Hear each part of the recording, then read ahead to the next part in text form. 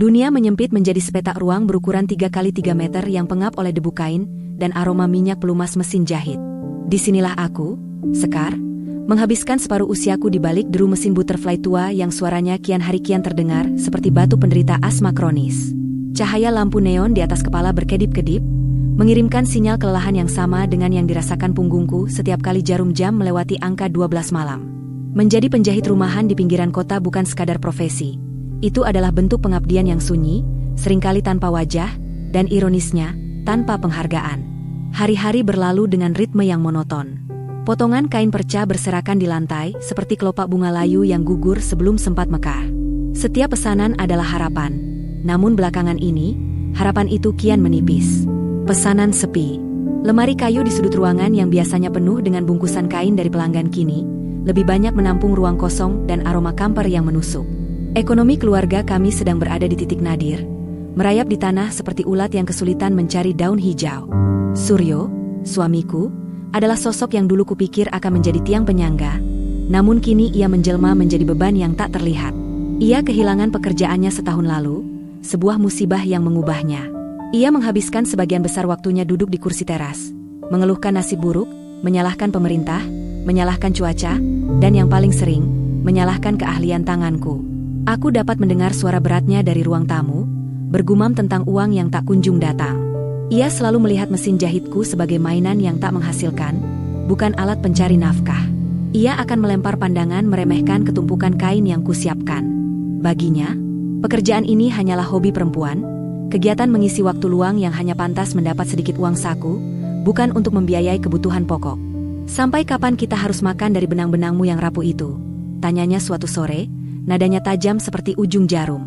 Aku hanya menunduk. Tanganku menggenggam erat gunting penjahit, terasa dingin dan berat. Aku tahu nilaiku, aku tahu presisi jahitanku, aku tahu sentuhan ajaib yang bisa kuberikan pada sehelai kain mati. Namun, di dalam rumah ini, di mata Suryo, aku hanyalah seorang istri yang kebetulan bisa menjahit. Seorang wanita yang gagal menyelamatkan bahtera keluarga dari badai kemiskinan. Apresiasi adalah barang mewah yang tak pernah mampir di ambang pintu rumah kami. Yang ada hanyalah penghinaan yang disamarkan sebagai keprihatinan. Aku menyembunyikan rasa sakit itu di antara lipatan kain.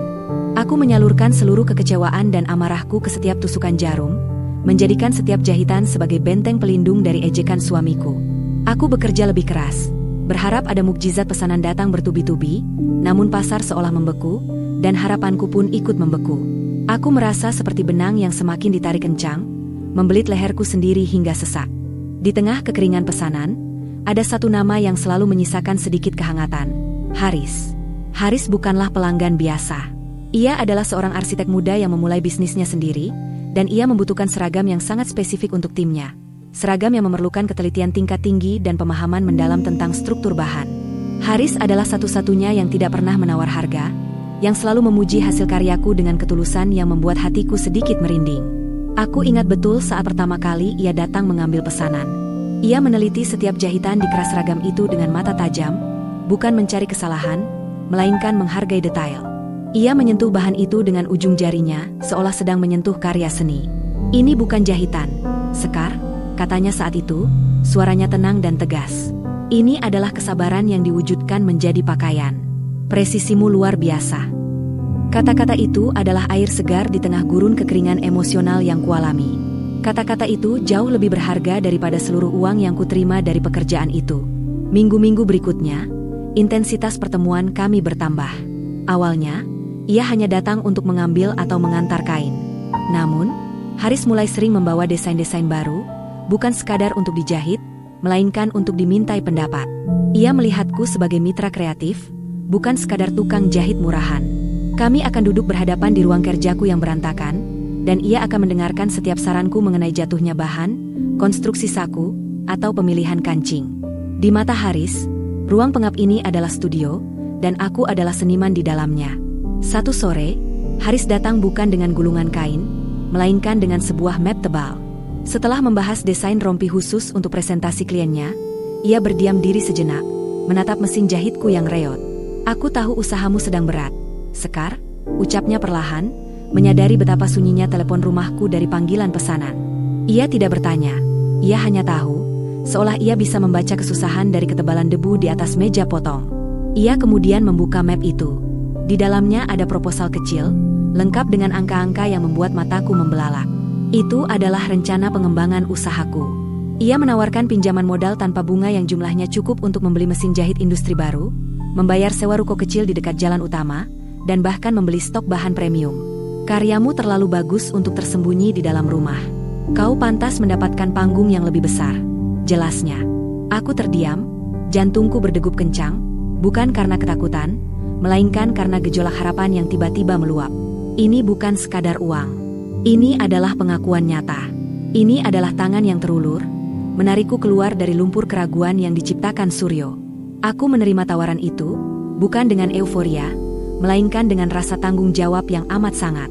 Kesepakatan kami terjalin di atas secari kertas dan janji yang lebih dalam. Aku akan mengembalikan setiap rupiah, dan ia akan terus menjadi klien utama serta mentor bisnisku. Aku memutuskan untuk menyimpan rahasia besar ini rapat-rapat. Suryo tidak boleh tahu. Uang modal itu bekerja dengan cepat dan sunyi. Aku membeli mesin jahit baru yang beroperasi dengan suara nyaris tak terdengar, sebuah perbedaan mencolok dari batu keras mesin lamaku. Aku menyewa kios kecil di pasar yang ramai, bukan ruko besar, untuk meminimalkan risiko. Aku menamakan usahaku, Jahitan Sekar, sebuah penegasan identitas yang hilang di dalam rumahku sendiri. Setiap hari, aku berangkat pagi-pagi sekali, meninggalkan Suryo yang masih mendengkur di balik selimut. Aku mengatakan padanya bahwa aku mulai menerima pesanan borongan dari pabrik garmen kecil yang membutuhkan ketelitian tinggi. Sebuah kebohongan yang terdengar meyakinkan karena aku selalu kembali dengan wajah lelah dan sedikit uang tunai, hasil dari pesanan nyata yang kuterima di kiosku. Kios itu adalah dunia baruku, sebuah tempat di mana aku adalah penguasa, di mana nilaiku diakui secara instan. Aku mulai menerima pesanan pakaian pesta, seragam perusahaan menengah, dan modifikasi gaun-gaun impor yang memerlukan sentuhan seni. Uang mulai mengalir, perlahan tapi pasti, mengisi kekosongan yang lama menganga. Di dunia baru ini, Haris menjadi titik pusat yang tak terhindarkan. Ia bukan lagi sekadar pelanggan, melainkan teman, konsultan, dan penyemangat. Kami menghabiskan waktu berjam-jam membahas tren warna, pola, dan strategi pemasaran. Ia mengajariku cara mengelola keuangan, cara melihat laba rugi, dan cara memisahkan bisnis dari emosi. Kedekatan kami tumbuh secara organik dan tak terduga, seperti tunas yang muncul dari tanah yang subur setelah musim kemarau panjang. Sentuhannya ketika menunjukkan garis potong di atas pola, tatapan matanya yang penuh keyakinan saat ia memujiku, semua itu merasuk perlahan ke dalam relung hatiku yang beku. Ia memberikan perhatian yang tak pernah kuterima dari Suryo dalam 5 tahun terakhir pernikahan kami.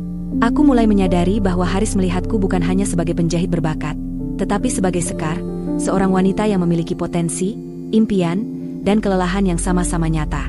Kehadirannya adalah kontras sempurna dengan kekosongan emosional yang kualami di rumah. Suryo hanya melihat kegagalan, Haris melihat permata yang sedang diasah. Perasaan bersalah mulai menggerogoti.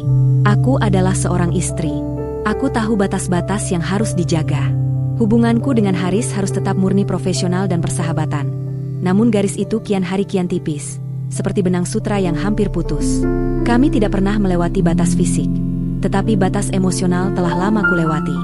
Setiap tawa yang kubagikan dengannya terasa seperti pengkhianatan kecil terhadap sumpah pernikahan yang kucapkan.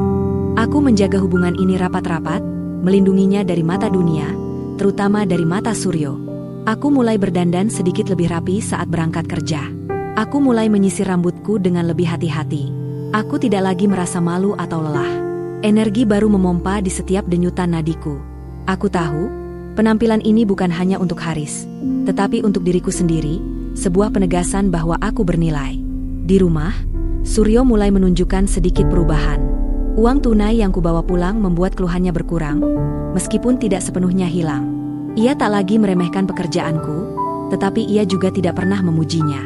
Sikapnya berubah dari mencemooh menjadi acuh tak acuh, yang bagiku lebih baik daripada cemoohan. Uang ini hasil kerja keras. Jaga baik-baik, kata Suryo suatu malam, menghitung lembaran uang di tangannya tanpa menoleh padaku. Aku merasa sedih karena ia hanya melihat uangnya, bukan kerja keras di balik setiap lembarannya. Aku terus bekerja keras. Aku mulai menabung di bank lain, rekening rahasia yang hanya ku ketahui. Aku telah bertekad untuk melunasi pinjaman Haris secepat mungkin dan membangun kemandirian finansialku sendiri. Aku tidak ingin bergantung pada siapapun, termasuk Haris, karena aku tahu, ketergantungan adalah bentuk lain dari belitan. Puncak dari semua ini terjadi 3 bulan kemudian. Aku berdiri di depan kiosku, memandangi spanduk kecil bertuliskan, Jahitan Sekar, yang kini menjadi sebuah butik kecil yang ramai dikunjungi. Aku telah menyelesaikan pesanan besar yang mendatangkan keuntungan signifikan, melebihi ekspektasiku. Haris datang, seperti biasa, bukan untuk membahas bisnis, melainkan untuk memberikan kejutan. Ia membawakan bingkai foto kecil berisi foto butikku yang ia ambil diam-diam. Kau berhasil, Sekar. Kau melakukannya, bisiknya, matanya memancarkan kebanggaan yang murni dan tanpa pamrih. Aku menarik napas dalam-dalam. Inilah saatnya. Aku mengeluarkan sebuah amplop tebal dari laci. Di dalamnya ada cek yang menutupi sisa pinjamanku, beserta bunga simbolis sebagai ungkapan terima kasih. Pinjamanku lunas, Haris, kataku, suaraku sedikit bergetar. Terima kasih banyak. Kau menyelamatkan hidupku. Ia mengambil amplop itu, tetapi tidak melihat isinya.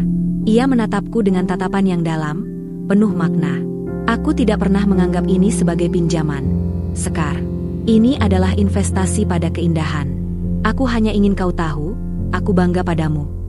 Momen itu terasa seperti perpisahan yang manis dan menyakitkan. Aku tahu, setelah utang itu lunas, aku harus menjarakkan diri. Aku harus kembali merawat batas yang hampir roboh. Aku tidak bisa membiarkan kehangatan Haris menghancurkan apa yang tersisa dari komitmenku.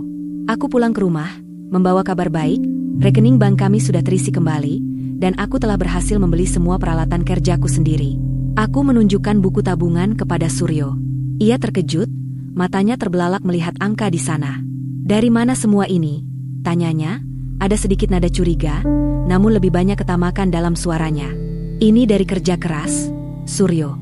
Ini dari keahlian yang kau sebut benang rapuh itu, jawabku tanpa berteriak, suaraku datar namun mengandung kekuatan baru.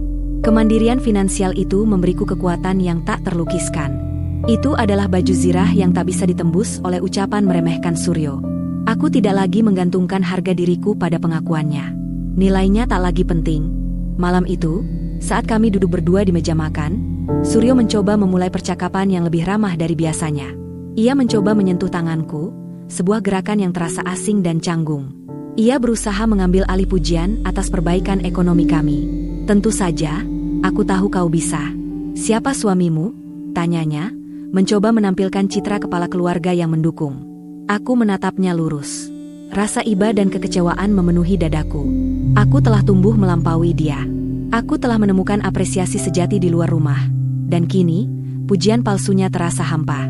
Aku tidak lagi membutuhkan pengakuannya untuk bernapas. Aku bisa karena aku. Aku bisa karena aku percaya pada keahlianku sendiri. Jawabku tegas. Suryo terkejut. Ia melihat ada yang berbeda dari diriku, ada batas yang telah kutarik dengan benang baja yang tak terlihat. Ia menyadari bahwa kekuasaannya atas diriku, yang dibangun di atas ketergantungan ekonomi dan pelecehan emosional, telah berakhir. Aku terus bekerja, menjahit dengan semangat baru. Kiosku berkembang menjadi butik yang melayani pelanggan-pelanggan kelas atas. Haris menjadi pelanggan sejati yang sesekali datang, kami menjaga jarak yang sehat. Meskipun tatapan kami kadang bertukar janji yang tak terucapkan tentang apresiasi dan persahabatan yang tak akan pernah hilang. Aku, Sekar, si penjahit rumahan, akhirnya menyadari bahwa benang yang membelit leherku bukanlah kemiskinan atau kekecewaan, melainkan ketakutanku sendiri untuk diakui. Dan sutra yang membebaskanku bukanlah modal Haris, melainkan keberanianku untuk menerima apresiasi dari luar, dan menggunakannya sebagai bahan bakar untuk membangun kemandirianku sendiri. Aku tidak lagi hidup di bawah bayang-bayang Suryo, atau di dalam ruang pengap 3x3 meter. Aku sekarang berdiri di panggungku sendiri, menciptakan keindahan yang bernilai tinggi, dan menjahit nasibku sendiri dengan setiap tusukan jarum yang presisi.